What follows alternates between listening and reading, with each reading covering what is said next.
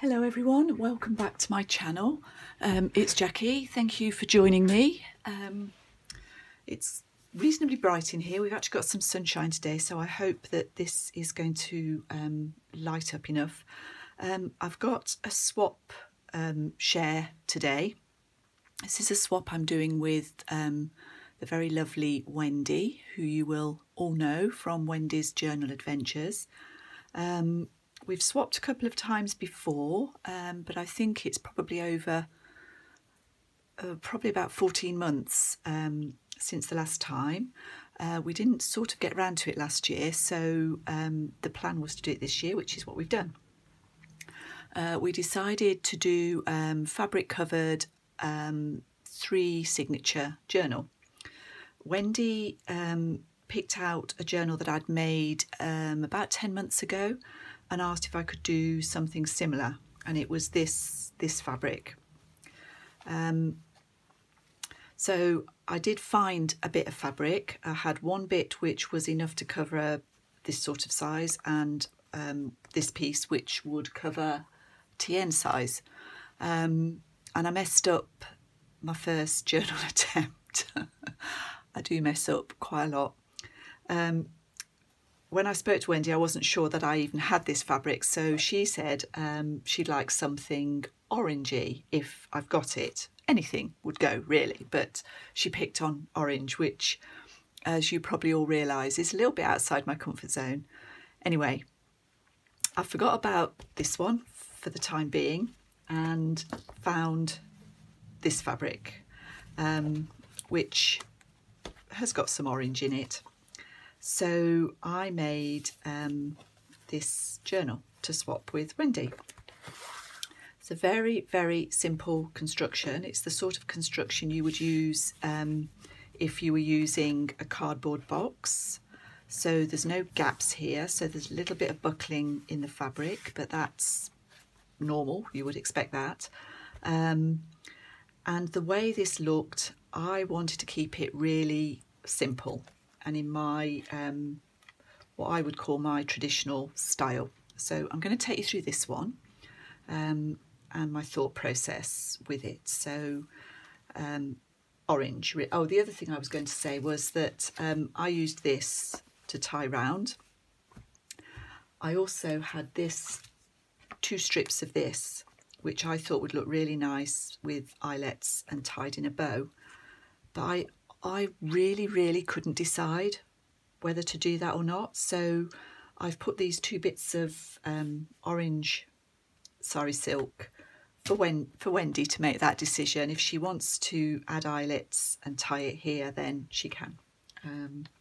But I thought I'll keep it simple. So on the inside, we've got a lace pocket. I've used, this is basic grey Curio paper. It's really, I'm sure you can't get it now. It's really old. I've had it for years. It was one of my all-time favourite paper packs. I adored it. I still do. I might have a 6x6, but I'd only got 3 sheets of the main pack left. So Wendy has now got my final 3 sheets of this paper. And I'm very glad to give it her. So if you're watching this, Wendy, treasure it. You don't have to, really. So there's a couple of tags, journal cards in the front. I've done a little bit of collage. I've used the Tracy Fox labels. Can't stop using those, as you know, and my vintage flower fairies. And the colour match is just perfect. Because of the colours, this, I suppose, has got a slight autumn tint to it, but it's not really, it's botanical. I bought a little squirrel charm ages ago, thinking that one day I'd probably use it on a journal for Wendy. So there's the little squirrel. As I say, this one is a writing journal, really. There's stuff in it, but it's a writing journal. Wendy likes to write in her journals. I've done some corner collaging, some strips of the Curio paper, and stenciling, and the papers I've used are tea stained, but I've also coloured them a little bit with inks as well. I've got book pages. This is a decorated Tracy Fox style envelope. This is some doubled over piano paper. This is the back of one of the curio sheets, and this is a journal card. And I haven't collaged this. Sometimes I put little stickers and things on, but I thought I just wanted to keep this one relatively simple. I was watching Kathleen's tutorial on snippets, so I've done a few of those in this. Used Edith Holden, I think, in each of the centres. I can't remember now. This, I was going to glue this down as a pocket, but I quite liked how it looked all together. So again, Wendy can glue that down if she wants to.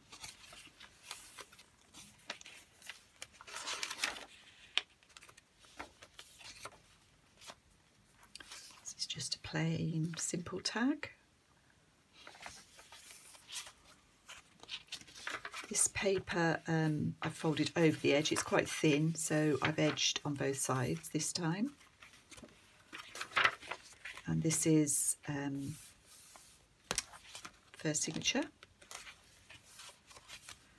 This is a tag in a gloss, a vellum envelope.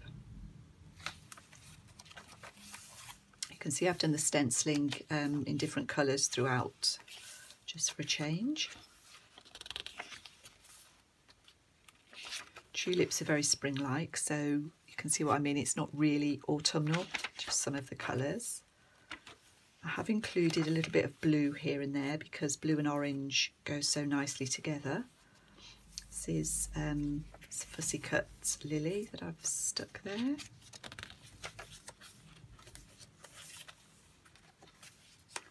Another of the snippets,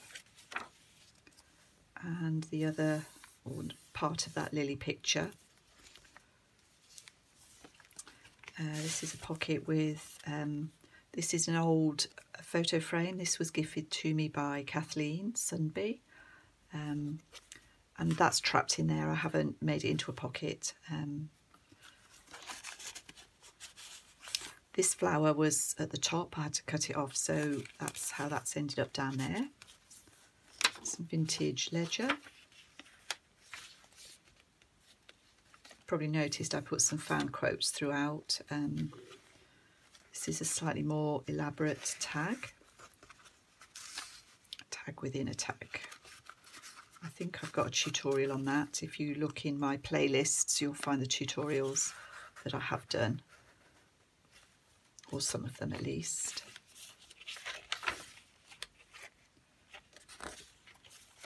And then the third signature.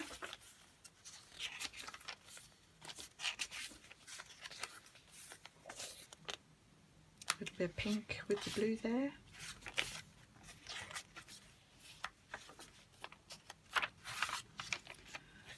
This one wraps around the page, so it's just a writing spot with vintage flower fairy images.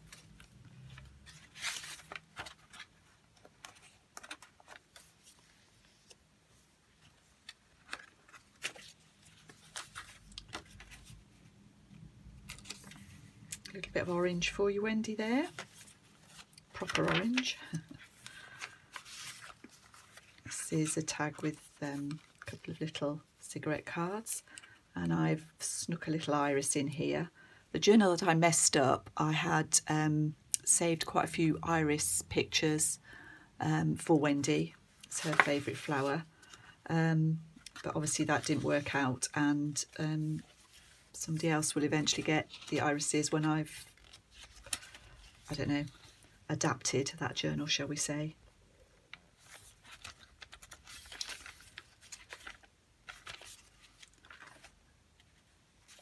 And that's the back. So on the back page, I've just done the front lace pocket is over vellum, but this one I forgot really to put the vellum in, so this is a floppier pocket. So we've got a little printed vellum envelope with a couple of images in there, and this I did manage to save from the original journal, and this is from a 1920s encyclopedia, and this is called The Story of the Iris. The front page I've had to repair, that tore. I was going to use these as pages in the journal. I decided it was really too delicate, so anyway, so that's something for Wendy to read. So I finished that journal fairly quickly and really enjoyed making it. Felt it was, I think it's a lovely journal. I'm pleased with it, but it's quite simple, and I was in the mood to carry on. And as I said, I had a bit of this fabric left, so I've also made Wendy one of my more eclectic Luna Rosu inspired journals, although obviously mine are a lot less grungy than hers. So this one is more similar to the one that Wendy had said that she liked, including a boho bead, which I've made to go with it. It's alligator mouth, it's pretty full. I think the original one, the first one I did, had a lily on the front, but I've carried on using these vintage cigarette card album sheets. So you can see this one is properly gapey, and there's a lot in it, so I'll take you through fairly quickly. I haven't put any pockets on the inside, it's fabric on both sides over cardstock. Scrapbook paper with some Tim Holtz tissue paper, and I've done some little snippets with buttons in this one as well. Bit of collaging. This is an original receipt from a jeweller that is still in Leamington, which is a town just up the road from us, and the son of the original owner of this was actually my godfather, so that's quite personal to me really, as is this photograph or copy of a photograph. This is a cousin. I've put a couple of my relatives in here. Wendy, it doesn't spook me out having pictures of people, excuse me. I quite like that they're going out into the world and are still there for somebody to see. There's a library card in there. This is an envelope from '74. I've stamped it, made a little mini tag to go in there, and a larger one. That's on tea-dyed paper. I've stitched some vintage handkerchief actually on the top. I do use eyelets, but not in every tag because I wanted to keep the bulk down as much as I could, really. So here you can see the eyelet, and that's a little narrow pocket there. This is from an old magazine, and this is a Mackie stamp. A bit more collaging with a vintage stamp. This is folded over and is just a little pocket with an acetate window or vellum window, little snippets of lace and paper. Vintage lace. This is from a vintage collar. I've just used to decorate that page. This is my porch prints and some more of that magazine, and there's a vintage postcard in there from, I don't know when, but early parts of the last century. The colours match prettily, but I don't like putting their faces underneath. I'm not hiding their faces that way, so she's popped in there. This is a floral tag. Again, you'll see a lot of traces, various labels. This is a bit of the cover fabric and lace. This is a torn page, bit of ruffle, journal card with a little bit of layered up lace there. This is from that same book that the story of the iris came from. This is a page about cats, which I thought Wendy might like. This is an old, can't remember what it is, but it's a document from 1866. I've got another relative here. This is my great-grandmother and my grandmother. This lady was born in 1884. That was my grandmother. So that's how old the original photograph is. Obviously this is just a copy. There's a slim tag in there. It's doubled over piano paper. The centre is the yellow iris page and some violets in there. I like purple and yellow together. So you can see this is a much more eclectic journal than the previous one. This is extracting the scents from your garden flowers. Some instructions there for you, Wendy. And I also found in that book a short story about Squidgy the squirrel. It's a little brown squirrel, so I thought that might be quite appropriate for Wendy. Some glazed wooden beads on that page. This is from the Edith Holden book.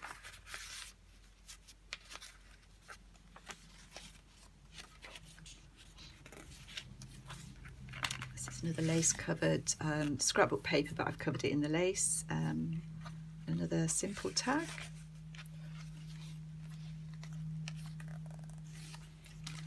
Is another floral tag. Sorry, I don't know if you really want to see all of them. I'm sure this video is now quite long. Just going a little bit slower. Some more of that ruffle. Another squirrel from Edith Holden. Probably everybody that swaps with Wendy and likes Edith Holden puts that in, but I'm sure she won't mind another one. And another little miniature tag with a vintage stamp on it. This one has another postcard. This one is dated 1915. And this is also genuine ledger. I think this is from maybe 1920s. Tea-dyed paper. It's the other side of the envelope. And the back page just to match the front. So that's going to Wendy as well. I hope she enjoys them. I'm sure she will. I hope she will. I thoroughly enjoyed making them, and thank you for swapping with me again, Wendy, and I'll speak to you soon. Thank you for joining me. Bye bye.